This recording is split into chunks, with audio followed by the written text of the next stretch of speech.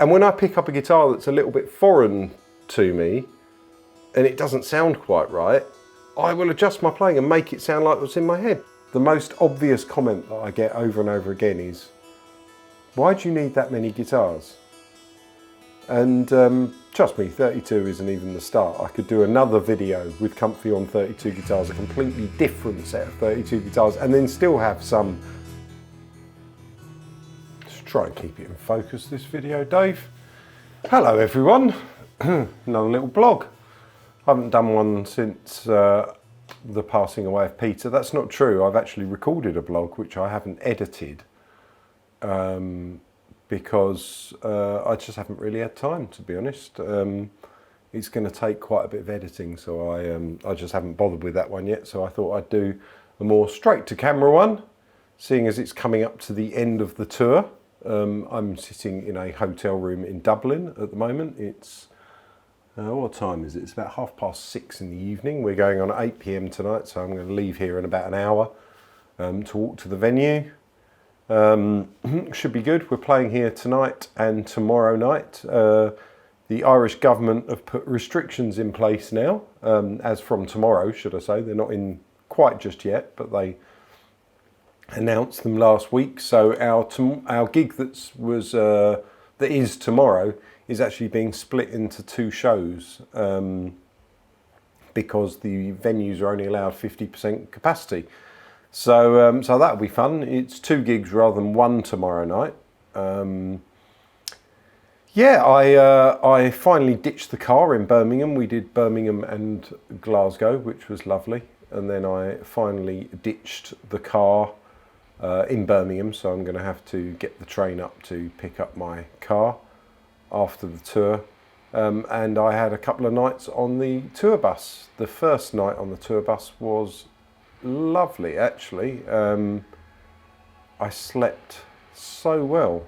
I think it was the movement of the bus which does it, and also some of those muscle twitchy problems that I've been talking about seemed to go away when with the moving vehicle, maybe the hardness of the bunk or whatever, but they seemed to go, which was very pleasant. So I had a very good night's sleep. Friendly faces in Birmingham, and then up to Glasgow. I didn't have any guests in Glasgow, but that was huge. That was like about 6,000 or 7,000 or something in there, which was very pleasant. And then yeah, we had a good night on the bus after that. Ricky was being very funny. I chipped in here or there where I could, but he was just being hilarious, which was nice to kind of, I suppose, rejoin the tour and be on the bus and witness all that. I'd missed some of that. Trying to think what else there is really. At the beginning of the tour definitely was very different to the end. I think the end couple of weeks, the last 2 or 3 weeks have just gone really, really fast. Like the shows themselves have gone fast. It's almost like I've stepped on the stage and then before I know it, it's the end of the first half. And then we have the interval, and the intervals almost felt longer than the second half. And I think that just comes with that thing that I said at the beginning, where you kind of get into a meditative, almost like sleep state and go on and just play it, and you're tired, and it just seems to go very quickly. And at the beginning, where we hadn't done it for so long, I wasn't in that meditative state. So yeah, I couldn't just chill with it. It was almost like I was witnessing every second of it. So that's been nice to see that come back after the first 2 or 3 weeks. It was just really easy, just kind of happened, and it's almost like I sleptwalked through it. But so yeah, that's been the tour news. I've got a video, as I said, that I did with Chris in Nottingham, and I'm not sure how well it comes out because I haven't even watched back the footage yet. And I also tried out my gimbal, doing some shots of my guitar rig, and I was also going around Bonnie's drums, just trying out the stabilisation and stuff with the gimbal. So I'll put some of those shots in because people are asking about my guitar rig. It's not as complicated as you'd think, but I'll leave that for another video. One question, this is kind of like a reaction to the comments on my video where I did Comfortably Numb on 32 guitars. And the most obvious comment that I get over and over again is, why do you need that many guitars? And trust me, 32 isn't even the start. I could do another video with comfy on 32 guitars, a completely different set of 32 guitars, and then still have some left over at the end to play. So I think that would be including acoustics. So comfortably numb on an acoustic would be weird. But the reason they ask me this, the reason I get the reaction of why do you need so many guitars is because most people say they all sound the same, right? And I'm telling you now, some do, and on that video it's not really a fair test. A lot of them really, really do sound the same. But I will react to your reaction if you're one of those people, and I'll say how it really is from my point of view, is that they actually all do sound quite different. There's a few, you know, couple of Strats that sound almost identical, you know, and a couple of Tellys that sound almost identical, but I'd say in general, all of them sound completely different. And the thing that none of you can hear is they all feel completely different. You know, it's a different guitar in my hand, so I play it differently and I have to work it differently, which is something that everyone just seems to concentrate, oh, well, that one sounds like that one. It's like, yeah, but do they feel the same? Because to a guitarist, the feel is everything. And obviously with a song like Comfortably Numb, it was nice to do, yeah, because it's a long solo, particularly like the extended sort of the way I'd do it live. It's longer than the album. So to cut that up into 32 different sections and use 32 different guitars is, yeah, it's a fun thing to do, but it's saturated with fuzz, it's compressed to fuck, it's covered in delay, it's covered in reverb, it's covered in rotary speakers, Leslie speakers, you know, it's not really allowing the nuance of the guitar to carry through the sound. I mean, there's some that clearly have a totally different sound, like when I'm using the baritone guitar or the 330, and there was a couple of the Tellys that really screamed as well, you know, and they just had so much harmonic quality that they wanted to take off. But in general, you know, you put any guitar into that much fuzz, that much saturation, that much delay and, you know, compression and Leslie all over it, and it's going to sound the same. So it's in no way a fair test at all under any circumstances. Now, that's one aspect of it. If I did it with clean tones, if I did something where I was playing a clean tone on every guitar, they'd all sound pretty different. But a lot of you would still say, oh, they all sound the same, because fundamentally you're not a guitarist, you're not sitting there with trained ears listening for little nuances that one person could pick up on that another person couldn't. You know, that's just the way of the world. You have to, it'd be like being a connoisseur of fine wine. If you've never drunk wine before, you go, what's the difference between a £5 bottle and a £50 bottle? And a lot of people will go, oh, I'll just take the £5 one. But then over years and years of trying and sampling and learning the differences, I'm sure if you're a wine person, you'd know the difference between a £5, a £50 and a £200 bottle of wine, or at least I'd hope so. And that's why they call, you know, people who get too into that, you know, the sound of a certain vintage guitar or something, they call them cork sniffers, which is obviously coming from the whole wine analogy. I'm not a cork sniffer myself, although I do love my 58 Strat. That's one of my favourite Strats, and it just plays so nicely and it sounds so good. But I also have a 62 reissue Candy Apple Red Strat, which sounds to my ears almost identical. It doesn't play quite the same, but I could take it to Andy Warnock and have him set it up and then it would play the same. So the idea that the 58 Strat is somehow special because it's from 1958 or whatever, no, I mean, I've got that because I'm a collector and it, you know, it plays nicely, it sounds nice, and why wouldn't I? I'm a guitarist and I want that beautiful thing. But the answer is, do I need all those guitars? Probably not need, but you do need some. You know, you need, I'd say, a couple of different Tellys, a couple of different Strats for different things, 2 or 3 different Les Pauls, because you have a P91 and then a humbuckery type one and maybe an SG as well. 335 is one that every guitarist should have. And then you've got things like my Supro guitars that no Fender or Gibson will ever sound like, you know, and they're secret weapons. So when you're doing a recording and you want a certain sound and you go and pick up a guitar and you strum it, you know, and it's just right, why do you want to have to go and get a different guitar and then EQ it and be spending loads of times with effects and post-production to make it sound like a guitar when you can just get the guitar? And that's why I have so many guitars, because, you know, and there is an element of boredom as well when I'm on tour, of going out to guitar shops and buying guitars because it's a day off and what else is there to do, you know. So there is that element as well. So I'm not saying I need every single guitar I've got, but then the biggest thing that people overlook, other than what I've already said about the, you know, the fact that they feel different and they do sound different when they're clean, is the fact that it's me that's actually playing these guitars, right? So if I pick up a guitar which doesn't have rich harmonics, it's got a lot more kind of bottom end, it's boomier or whatever, I might adjust where I play it nearer to the bridge so that I'm picking it where the string's got less room to vibrate, and I might pick it harder and generate harmonics that I want to hear. And then I might get another guitar which is really, really rich in harmonics, it's singing all over the place, and I might play it further away from the bridge and play it a little differently to produce more bottom end and less harmonics. And in the end, what ends up happening is I have a sound, I'd say a picture, but it's not a picture, it's a kind of a picture of a sound in my head of what I want the instrument to play like when I play it. And wherever possible, I achieve what's in my head because I bend the guitar to my will.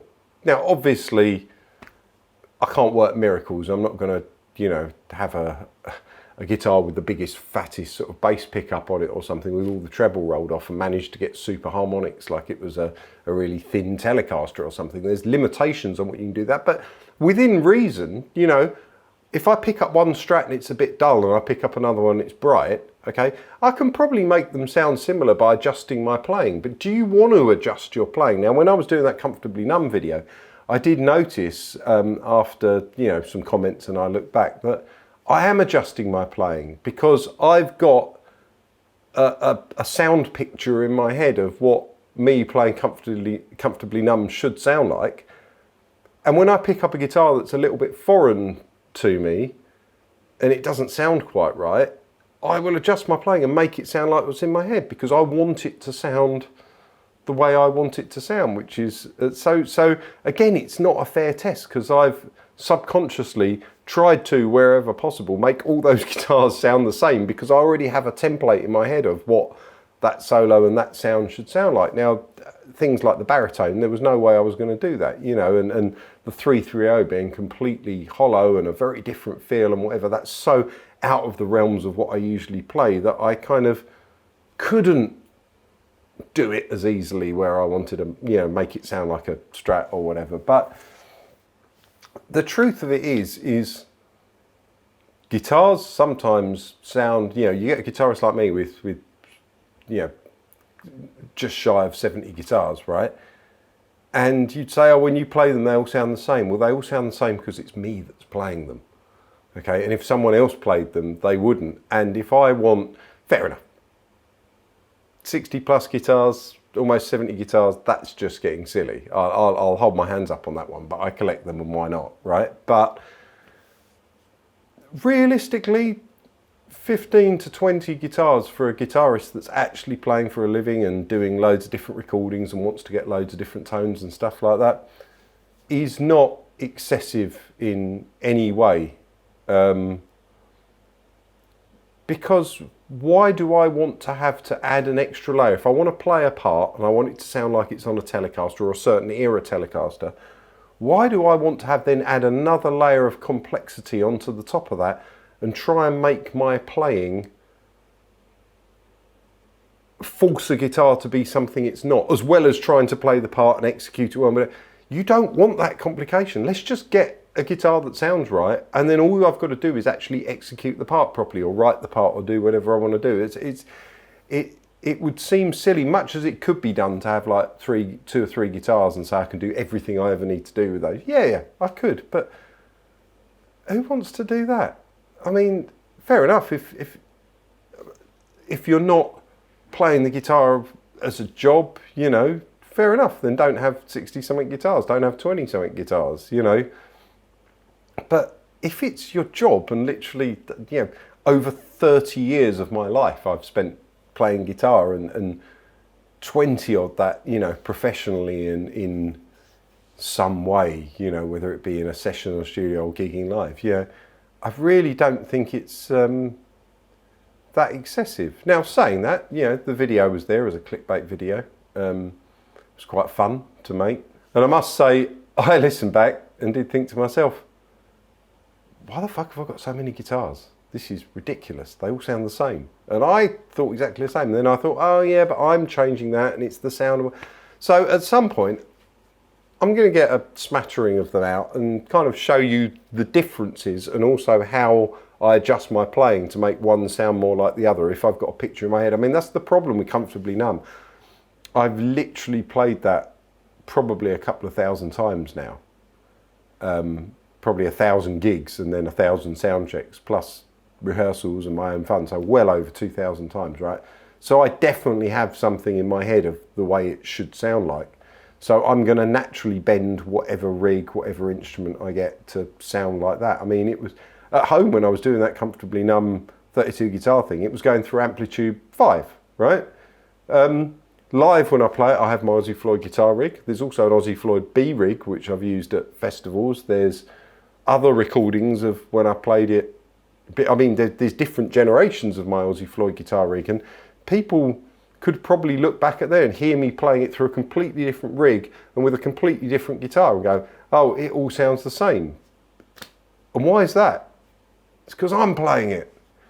And that's the thing. The secret to getting most guitar sounds, I think, is not pedals, guitars, effects, anything like that. Yeah, of course, if it's too trebly, you want an EQ to turn it down, and you do all that kind of stuff. But most of the thing that people actually identify as the guitar sound, I think is more about what's being played and the way it's being played, rather than what amp it's going through or what guitar it's being played on.